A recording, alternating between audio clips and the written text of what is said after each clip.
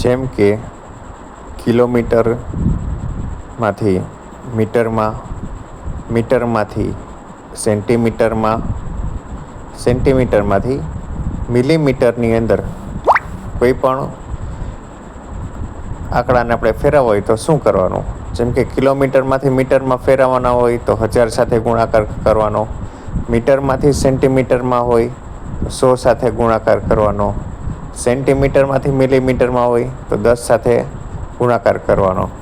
આ જ રીતે નાના એકમમાંથી મોટા એકમ તરફ જઈએ તો શું કરવાનું? તો કે મિલીમીટરમાંથી સેન્ટીમીટરમાં 10 સાથે ભાગાકાર, સેન્ટીમીટરમાંથી મીટરમાં 100 સાથે ભાગાકાર, મીટરમાંથી કિલોમીટરમાં જાય એટલે 1000 સાથે ભાગાકાર છે એ કરવાનો થાય.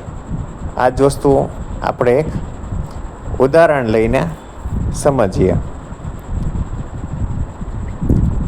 જેમ કે એક ઉદાહરણ છે 3 કિલોમીટર બરાબર કેટલા મીટર? તો અહીંયા 3 છે, હવે કિલોમીટરમાંથી આપણે જવાનું છે મીટરમાં, તો આપણે ઉપર જોયું એ મુજબ 1000 સાથે શું કરવાનું? એ સંખ્યાનો ગુણાકાર કરવાનો. તો 3 ગુણ્યા 1000 એટલે જવાબ આવે આપણે 3000 મીટર. બરોબર છે? તો આ મોટામાંથી નાના એકમમાં જવાનું હોય ત્યારનું છે. આ જ રીતે નાના એકમમાંથી મોટા એકમમાં જવાનું હોય તો શું કરવાનું? તો આપણે જે જવાબ આવ્યો છે એનું જ ઉદાહરણ પાછું લઈ કે 3000 મીટરને આપણે કિલોમીટરમાં ફેરવવા હોય તો શું કરવાનું થાય?